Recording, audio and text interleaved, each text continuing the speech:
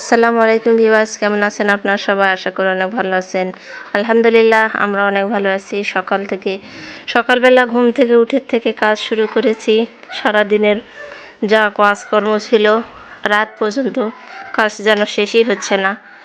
বড় বোন এসেছে, বড় বোনের সঙ্গে খাওয়া দাওয়া তো দূরের কথা, শুধু ঘুরেই যাচ্ছি এরকম একটা ব্যাপার। এসেছে একটা কাজের জন্য, দরকারি আর কি। এরপর থেকে শুরু হয়েছে আমরা এখানে যাচ্ছি ওখানে যাচ্ছি, কত রাস্তা ঘুরতেছি, কোথায় থেকে কোথায় যাচ্ছে তার ঠিক ঠিকানা নেই। শুধু হাঁটতেছি, কখনো রিক্সায়, কখনো এখানে বসতেছি ওখানে বসতেছি। খাওয়া তো হয়নি আজকে সারাদিন, আসলে আমাদের খাওয়া দাওয়া একদমই হারাম হয়ে গিয়েছে আর কি। এর মূল উদ্দেশ্য বা কারণ হলো ও এক জায়গায় যাবে আর কি, ঢাকাতে যাবে। সেজন্য আমাদের বাসায় এসেছে হঠাৎই। এখান থেকে কাজ শুরু হয়েছে। ওর এক আত্মীয়র সঙ্গে দেখা করার জন্য ব্যায়াম স্কুলের মধ্যে গিয়েছিলাম। সেখান থেকে বাজার থেকে আবার স্কুল, প্রাইভেট, এভাবে ঘুরেই যাচ্ছি শুধু। এদিকে ওর ছেলেকে দেখতে দায়িত্ব দিয়েছে, এর ফাঁকে আমি দেখতেছি। এরপর চলে আসলাম একটা রেস্টুরেন্টে, ছোট্ট একটা রেস্টুরেন্ট বা কফি হাউস বা কফি শপ বলতে পারেন। ওখানে এটা হচ্ছে বিএম স্কুলের সংলগ্ন, বিএম স্কুলের পাশে। এখানে বসে পড়েছি দু বোনে, একটু খেয়ে দিয়ে তারপর আবার বের হবো, এরকম একটা ব্যাপার। বসে একটু খাওয়া দাওয়া করলাম, আমি এই ফাঁকে একটু ভিডিও করতেছিলাম। বাসের ডেকোরেশন মাশাআল্লাহ অনেক সুন্দর, কফিটাও ছিল অনেক টেস্টি। বেশ সব কিছু মিলে আমার বেশ ভালোই লেগেছে আর কি, আমার বোনেরও ভালো লেগেছে। আমি এই ফাঁকে আয়না পেয়েছি, ভাবলাম নিজেকে একটু ওঠানো হয়ে যাবে। যদিও আমার ক্যামেরাম্যান নেই, আমি নিজেই আমার ক্যামেরাম্যান।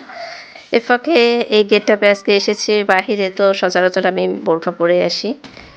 এর ফাঁকে আমি একটু অনেক রকম ছবি উঠাইছি, বোনেদের ছবি উঠালাম। ওরা খাচ্ছিল রোল আর আমি ভিডিওটা করতেছিলাম, প্লাস আমিও খাচ্ছি। আমার খাওয়াটা একটু ভিডিও করে দেখাচ্ছি। রোলটা অত মজা ছিল না, একটু চিমড়া টাইপের হয়ে গিয়েছে। যদিও এটা বিকেলবেলা ছিল, টেস্টি ছিল, তবে একদম মুচমুচে ছিল না, একটু চিমড়া টাইপের ছিল। এরপর এটা ছিল মিল্কশেক। এই মিল্কশেকটা আমার কাছে বেশ ভালোই লেগেছে, এখানকার মিল্কশেকটা অনেক টেস্টি ছিল। আমার ছেলে খেতে পারেনি, আমি আমার ছেলেরটা আর আমারটা একদম দুটোই খেয়েছি। আমার বোনও খেতে পারছিল না, বলছে কীভাবে খাচ্ছিস। আমি বলতেছি অনেক টেস্টি ছিল, ওই জন্য আমি খেয়েছি। এটা ছিল আমার বোনের ছেলে, ও আমাদের ভিডিওটা করে দিচ্ছিল। ওর বাচ্চা ভীষণ বিরক্ত করে বাইরে আসলে, একদমই দুষ্টু ছেলে আর কি। এরপর সন্ধ্যার সময় আবার বের হয়ে পড়লাম বাইরে, আমার বরের সঙ্গে আমি চলে এসেছি কাউন্টারে আর কি টিকিট কাটার জন্য। সকাল সকাল আমার বোন যাবে, এর সব কিছু আমাদেরই করে দিতে হবে আর কি, টিকিটটা কাটতে পারেনি। তো আমরা এখানে এসেছি ঢাকা বাস স্ট্যান্ড। যদিও এর আগে আমি এভাবে কখনো বাইরে আসিনি, মানে এই জায়গাটাতে আপাতত আসিনি, এই জন্য আমার হাজব্যান্ডের সঙ্গে চলে আসলাম। এর ফাঁকে আমারও কিছু কাজ ছিল বাজারে, এটাও হবে, ওই কাজগুলোও হয়ে যাবে, এই জন্য আর কি আসা। ও সব ঠিক করতেছিল। ঠিকঠাক করার পর চলে আসলাম মিষ্টি কেনার জন্য। যদিও নওগাঁ মিষ্টান্ন ভান্ডার ছাড়া আমরা মিষ্টি খুব একটা কেনা হয় না। ওইটার মিষ্টি সন্দেশ বলেন, সবটাই আমাদের ভীষণ পছন্দের। ওটা প্যারা আছে, ওই প্যারাটাও বেশ মজার হয় আর কি। ও কিনতে গিয়েছে, আমি রাস্তার এই পাশ থেকে, রাস্তার যে জ্যাম পড়েছে, রাত হয়েছে, তারপরে যে এত জ্যাম, এটাই আমি ভিডিও করতেছিলাম আর কি। এই পাশ থেকে আমি ওকে দেখার চেষ্টা করতেছি, তো ও কার মাঝে হারিয়ে গিয়েছে আসলেই দেখা যাচ্ছিল না। এটা নিয়ে আমি একটু হাসাহাসি করতেছিলাম, যদিও আমি একাকই ছিলাম।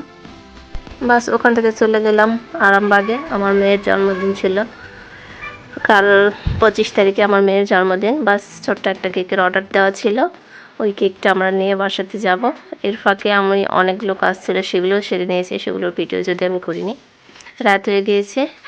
এই ফাঁকে এই দোকানটা, কনফেকশনের এই দোকানটা আগে অন্যরকম ছিল, এখানে এসেছে অনেক বড় একটা দোকান, এটা আমি ভিডিও করতেছিলাম আর কি। বেশ ভালোই শপিং মলটা করেছে, ভালো লাগতেছে। এরপর চলে যাচ্ছি আমরা বাসাতে, রাত হয়ে গেছে একদম। আসতে আসতে গিয়ে আজকে ব্লগটি এ পর্যন্ত, সবাই ভালো থাকবেন।